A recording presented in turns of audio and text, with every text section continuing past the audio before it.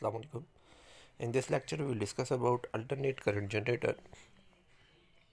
हमारे पास जो alternate current generator होता है ये एक ऐसा जनरेटर है जो आपको डीसी करंट जनरेट करके देता है, एसी करंट जनरेट करके देता है, wave like current. So the process is, here we have two permanent magnets.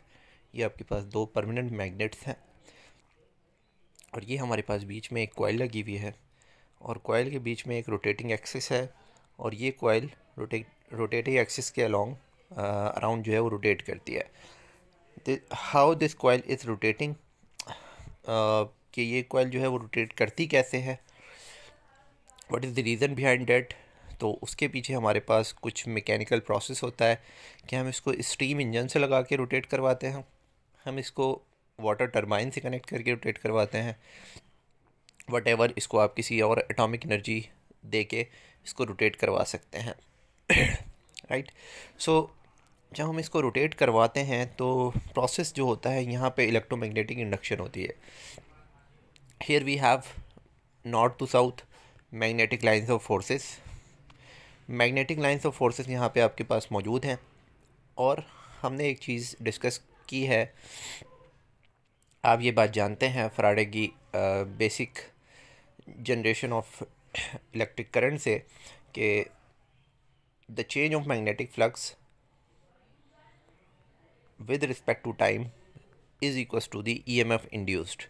कि अगर आपके पास फ्लक्स में चेंज आएगा टाइम के अकॉर्डिंग तो वहाँ पे ईएमएफ इंड्यूस्ड होगा.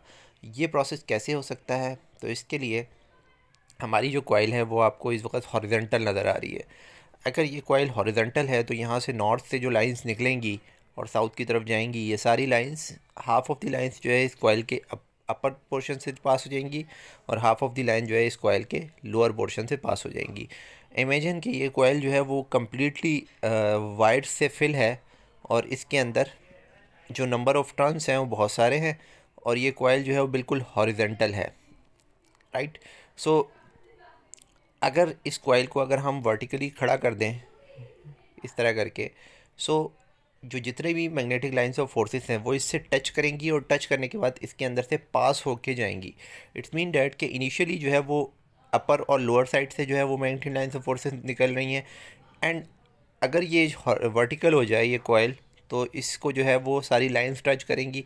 अगेन जब ये हॉरिजॉन्टल होगी रोटेट होने के बाद, क्योंकि ये रोटेटिंग पोजीशन में है, सो पहले ये वर्टिकल होगी, फिर हॉरिजॉन्टल होगी, फिर वर्टिकल होगी, फिर हॉरिजॉन्टल होगी, हॉरिजॉन्टल और वर्टिकल के बीच में भी रहेगी. सो उस टाइम पे जो इसका फ्लक्स है डेल्टा फाई, जो इसके साथ लिंक ऑफ दी फ्लक्स हो रहा है, यानी कि इन नॉर्थ और साउथ पोल की जो number of electric magnetic lines of forces हैं जो इस कॉइल से टच कर रही हैं उसमें चेंजिंग आएगी. सो जैसे ही चेंजिंग आएगी तो इट्स मीन डैट कि इसके अंदर ईएमएफ इंड्यूस्ड होगा. इस कॉइल के अंदर, इस कॉइल के अंदर जब ईएमएफ इंड्यूस्ड होगा तो इस कॉइल के दो जो कॉर्नर्स हैं वो यहाँ पे आ रहे हैं और उन कॉर्नर्स को, एक कॉर्नर को आपने एक स्लिप रिंग से लगा दिया और दूसरे को आपने दूसरे स्लिप रिंग से लगा दिया. ये स्लिप रिंग आपके पास एक गोल से रिंग होते हैं और इस रिंग के साथ ये एक चीज़ कनेक्टेड है कि ये रिंग के साथ ये कॉइल भी घूम सकती है. रिंग घूमेंगे, कॉइल भी घूमेंगी. रिंग के साथ एक कार्बन का ब्रश लगा हुआ है और ये इस रिंग के साथ टच रहता है और ये जो दूसरा रिंग है जो दूसरे वायर से कनेक्टेड है, जो ये दोनों वायर्स आपस में शॉर्ट नहीं है, यहाँ पे जो है ये हार्ड वायर्स होते हैं और ये इस तरीके से एक रिंग के साथ एक है और दूसरे के साथ दूसरा टच हुआ हुआ है और इस रिंग के साथ ये दूसरा वाला वायर नहीं टच हो रहा और इस वाले रिंग के साथ या इसके वायर के कनेक्शन के साथ इस वायर का कोई कनेक्शन नहीं है, दोनों आपस में अनटच है. सो ये जो कार्बन ब्रश है ये इसके साथ टच में है और ये जो कार्बन ब्रश है ये आपके पास इस वाले रिंग के साथ टच में, इन टच है. कार्बन ब्रश के पीछे स्प्रिंग लगा हुआ है और स्प्रिंग जो है वो एक फिक्स जगह से जो कनेक्टेड है यहाँ से. तो ये जो स्प्रिंग है इस कार्बन ब्रश को पुश करके रखता है एंड देन इस पुशिंग की वजह से ये कार्बन ब्रश जो है इसके रिंग के साथ टच में रहता है. तो जो करंट इस रिंग के अंदर होगा वो कार्बन जो है, क्योंकि गुड कंडक्टर ऑफ इलेक्ट्रिसिटी है, सो कार्बन के अंदर जाएगा और कार्बन से स्प्रिंग में आएगा, स्प्रिंग से आपके पास इस टर्मिनल में आ जाएगा.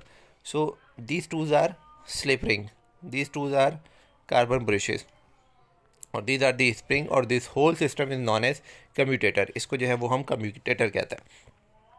यहाँ पे आपके पास ये एक्सिस है और ये आपके पास कॉइल है और ये कॉइल इस तरह से रोटेट करती है. अब यहाँ पे हमने जो है वो कुछ इसको नेमिंग की हुई है. B1 जो है वो इसके हमने नाम रख दिए कि A1 जो है इसका नेम है स्लिप रिंग का, A2 इसका नेम है, B2 इस कार्बन ब्रिज का नेम है और B1 जो है वो इस वाले कार्बन ब्रिज का नेम है।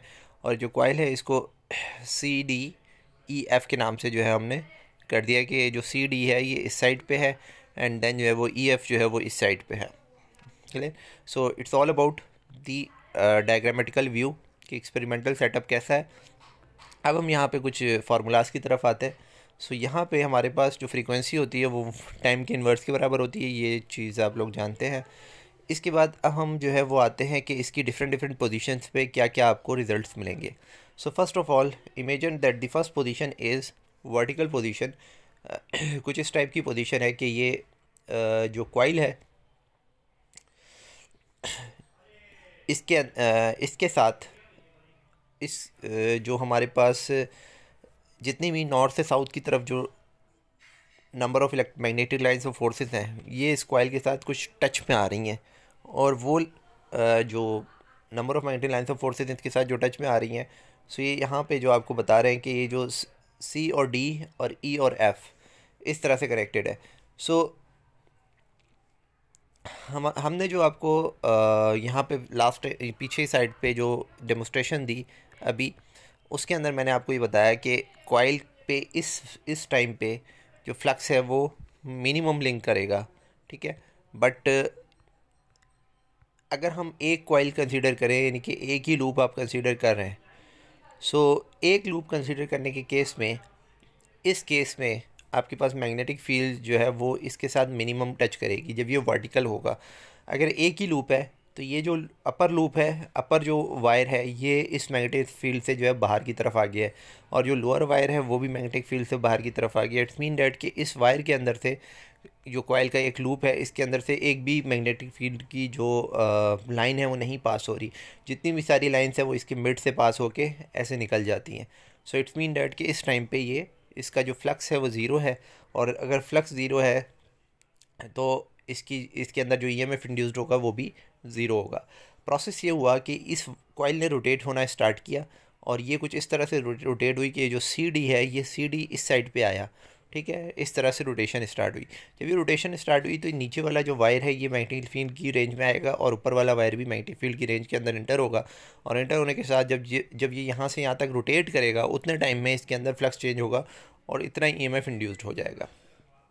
एंड देन ये C और D वाला जो पोर्शन है, ये C और D वाला पोर्शन ऊपर था, और ये C और D वाला पोर्शन अब इस नेक्स्ट केस में नीचे की तरफ चले जाएगा, और ये जो वर्टिकल पोजीशन ये वाली थी अब इसकी अपोजिट वर्टिकल पोजीशन आ जाएगी, जिस केस में अगेन मिनिमम फ्लक्स हो जाएगा।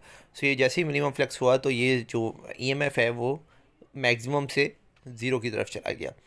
देन अगेन ये इस वाले के इस वर्टिकल पोजीशन से ये हॉरिजॉन्टल पोजीशन में आएगा, और ये अगेन इस टाइप की पोजीशन में आएगा C और D वाली में। इस केस में आपके पास नेगेटिव EMF इंड्यूस्ड होगा नीचे की तरफ, एंड देन जो है वो फाइनली ये अगेन जो है वो वर्टिकल पोजीशन में आएगा और मिनिमम फ्लक्स की केस को अचीव करेगा, और फाइनली आपके पास ये कुछ ज़ीरो EMF देगा। तो इस तरह हमारे पास वन कंप्लीट साइकिल कंप्लीट होती है 5 पोजीशन के पास। 5 पोजीशंस को डिस्कस करने के बाद एक कंप्लीट जो है वो साइकिल इसकी कंप्लीट हो जाती है, वन कंप्लीट साइकिल जो है वो हो जाती है। सो यहाँ पे जो टाइम है वो ज़ीरो है, यहाँ पे टाइम T/4 है, और यहाँ पे टाइम T/2 है। ये T/2 क्या है? टाइम पीरियड का हाफ, क्योंकि हाफ वेव जनरेट हो रही है और टाइम पीरियड का हाफ, और इसी तरीके से टोटल टाइम पीरियड इसका कहलाएगा वन कंप्लीट वेव का टाइम पीरियड। और यहाँ पे 3T/4 हो जाएगा, और एंगल्स की बात करें तो 0, 90, 180, 270, 360 ये वही एंगल्स है जो हम वेव में स्टडी करते हैं, और ये आपके पास टाइम एक्सिस है, और ये इंड्यूस्ड EMF की डिस्कशन हो रही है। सो इस तरह से ये इसका ग्राफ आ जाता है, और यहाँ पे जो है हमारे पास इसकी कुछ डिटेल्स लिखी हुई हैं कि पोजीशन 1 पे क्या होगा।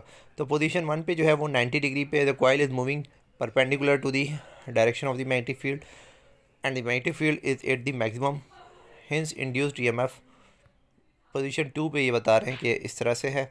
पोजीशन 0 पे the coil is at 0 degree, the coil is moving parallel to the direction of the magnetic field, and the magnetic flux is 0। उस टाइम पे मैग्नेटिक फ्लक्स 0 है ये कह रहा है। तो जो बातें मैंने आपको बताई यहाँ पे लिखी हुई। नाउ वी हैव एक जनरल फार्मूला होता है आपके पास एंगल का, वो होता है theta is equals to omega t, और एक फार्मूला हमने जो है वो यहाँ पे लिखा हुआ है कि टॉर्क जब एक कॉइल पे लगता है तो उसके बल्कि फ्लक्स का फार्मूला जो होता है बी डॉट ए जो फ्लक्स का फार्मूला है, यहाँ से हमने स्टार्टिंग ली है।